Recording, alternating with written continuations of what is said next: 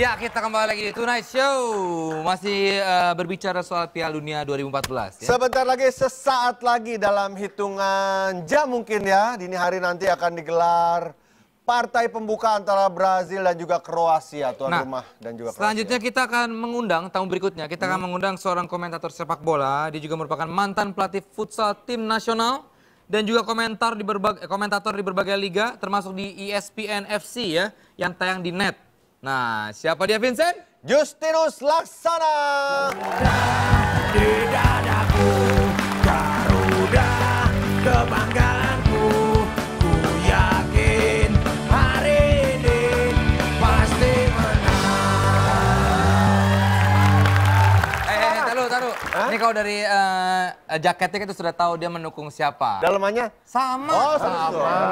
Harus match dong. Ini berarti Belanda banget ya. Tapi kan ini tadi seperti Rico bilang, kalau sejarahnya nggak ada tim Eropa yang berhasil menjuarai Piala Dunia di tanah Amerika Latin, di benua Amerika Latin. Gimana, Coach? Sebenarnya kalau dari statistik, gue nggak begitu suka statistik ya.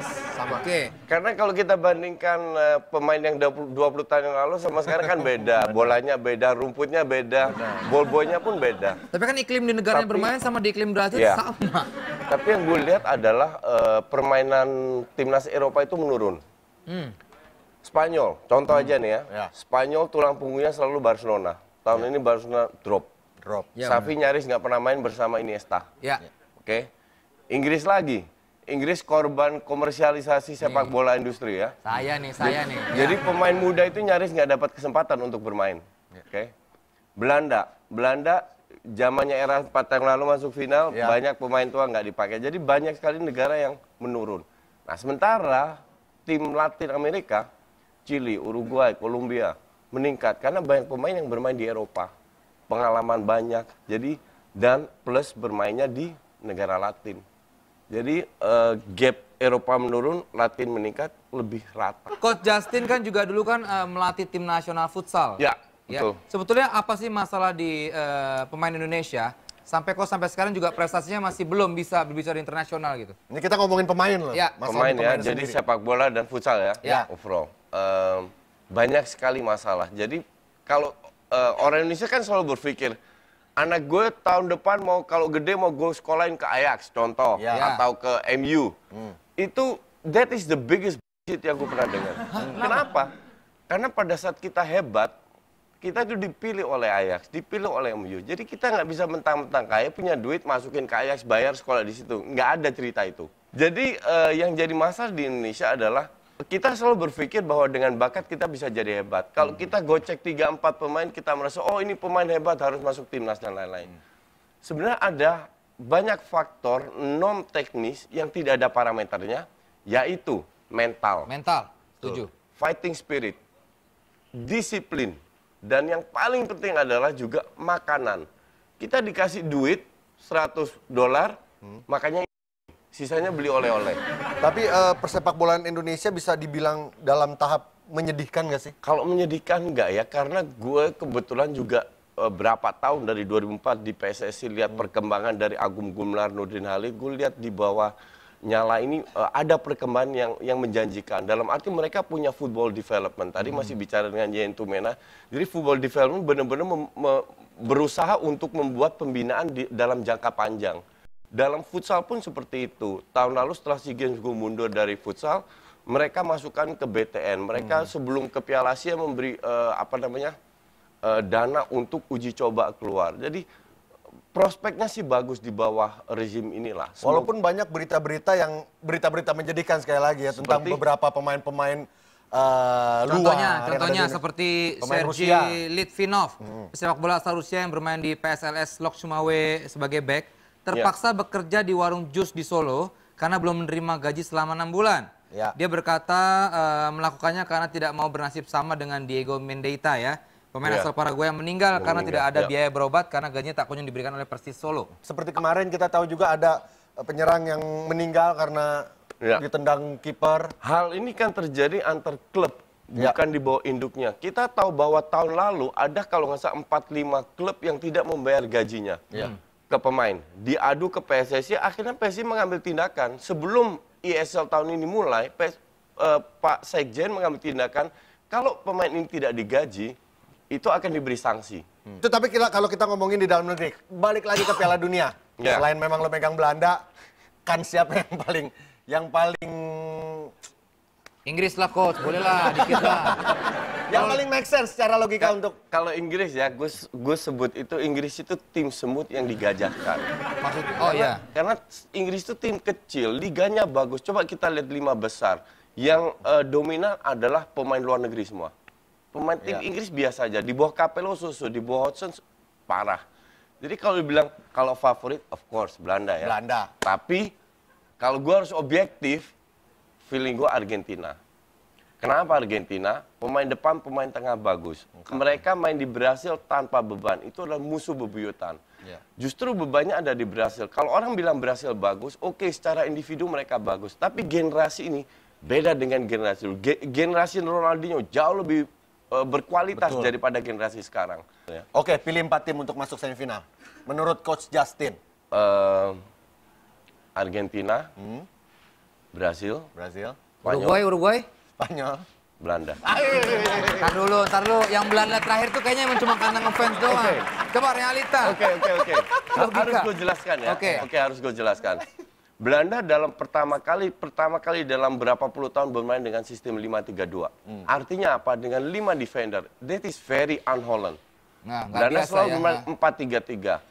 Pertama gue juga nggak begitu setuju. Akhirnya gue dengar penjelasan Van Gaal. Pada saat gue gabung ke KNVB yang gue diminta adalah apa? Hasil tidak selalu ada korelasinya dengan bermain cantik, bermain indah.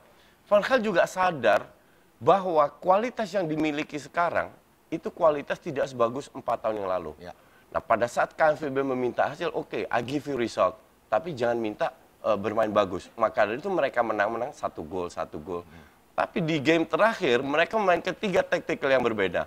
5-3-2, 4-3-3, dan 4-4-2. 4-4-2 di mana Klaas-Jan Huntelaar diplot dengan Van Persie. Artinya kemungkinan besar lawan Australia yang the weakest brother in the group, kemungkinan mereka akan bermain lebih menyerang. Jadi taktikal ini sudah dicoba. Kecuali lawan Chile atau mungkin Spanyol. 5-3-2 saatnya ketinggalan bisa berubah lagi. Jadi mereka lebih variatif dan fokus lebih ke defense. Maka dari itu ada reasonnya. That's the reason. Saya bisa kasih reason Inggris, cuman nggak bisa terlalu panjang.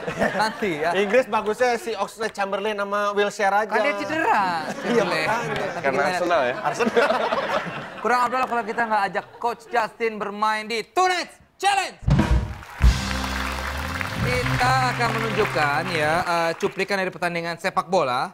Nah, Coach Justin harus menebak apa yang terjadi di kelanjutan video tersebut. Ada 3 video, Vincent, silakan. Pastinya Coach Justin ini sering sekali terlibat dalam sebuah pertandingan sepak bola. Jadi tahulah kurang lebihnya seperti apa kelanjutannya. Video yang pertama kita saksikan, ini dia. Oh, ini saya tahu ini. Ya, crossing dari Nani. Ya, apa yang terjadi setelah video ini? Heading lah. Heading? Iya. Wah, saya hafal sekali nih. Ini kalau berbau Wayne Rooney, kalau nggak salah ini kejadian dia menendang salto. Iya. Kalau nggak salah heading ya, menurut Coach Justin heading dan gol. Bisa juga ke lini kedua, pemain di lini 2 shooting. Oke, tapi gol ya. Tapi gol. Oke, kita lihat. Berbatov, Rooney. Widział to wejście Fletchera, świetnie rozrzucił tę akcję na skrzydło. Oh, saya nonton ini waktu itu soalnya. Dan ini masuk goal of the season ya. Enggak, tapi ini agak curang ya. Itu dari apa namanya, serangan dari sayap itu mungkin 1000 kali serangan sekali gol kayak begitu. Terus yang sekali ini ditampilkan. Tapi kalau coach sendiri di Liga Inggris Arsenal ya? Ya, Arsenal. Sama sama Vincent sekali ya. Bedanya dia bukan Ajax saja. Oh iya. Video kedua silakan Vincent. Video kedua, apa yang terjadi setelah ini? Ini dia. Ini apa lagi? Meksiko, Amerika, City. Balotelli. Di Manchester City itu ya. Ini pasti sesuatu yang nggak standar nih. Ini tinggal berhadapan dengan kiper ya. Jadi kemungkinan besar bolanya dicop. Boleh dicop Karena gue lihat jaraknya cukup jauh antar kiper ke depannya dan antar Balotelli dan kiper. Oke, dicop bola masuk. Harusnya. Oke, hanya dicip bolanya cek. melewati kiper dan masuk ke dalam gawang. Ya. Dan yang terjadi sesungguhnya adalah ini udah 99% gol harusnya ya. Iya. Pakai dibolak-balik. Ini kepinteran. Sangat pintar gagal gol ya. Itu termasuk momen-momen yang paling kita ingat di Liga Inggris ya. Gimana sesudah itu dia berantem sama pelatihnya. Banyak, kalau dia banyak kasus lah ya. Selanjutnya ada video ketiga, kita saksikan berikut ini. Wah, ini tim saya ini. Ini Luis Suarez. Ya, saya ingat. Ingat saya ini. Lupa kayaknya yang ini. Ingat, saya ingat semua. Saya ingat semua pertandingan Liverpool, saya ingat. Tidak ada yang kelewat satupun ya. Silakan Coach Justin, apa yang terjadi sesudah Sturridge tadi ya? Suarez menerima bola. Suarez. Mungkin putar badan, dia shoot, putar badan ke dalam, shoot ke gawang. Wah, putar badan ke dalam, shoot ke gawang dan gol. Yang itu terjadi sesungguhnya adalah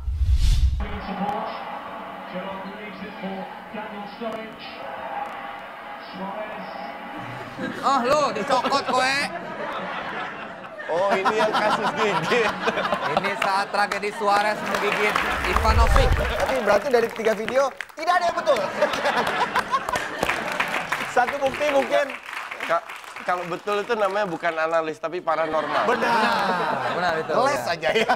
Benar loh, ini tamu kita yang paling reasonable jawabannya nih Coach Justin loh. Karena Barcelona. Oke, terima kasih sekali lagi Coach Justin. Sukses buat Belanda, Hope. Thank you. Sukses juga buat ESPN FC-nya ya. Selamat bertugas selama Piala Dunia ini. Terima kasih buat penonton yang ada di studio. My own music, terima kasih. Terima kasih tamu-tamu kita yang tadi di Coach Cepel, Milan Fernandes. Saksikan Tonight Show Senin sampai dengan Jumat jam 10 malam. Kritik dan saran silakan ke Twitter kita di @tonightshow_net. YouTube-nya di Tonight Show Net. Kita ketemu lagi di Tonight Show. Selamat malam.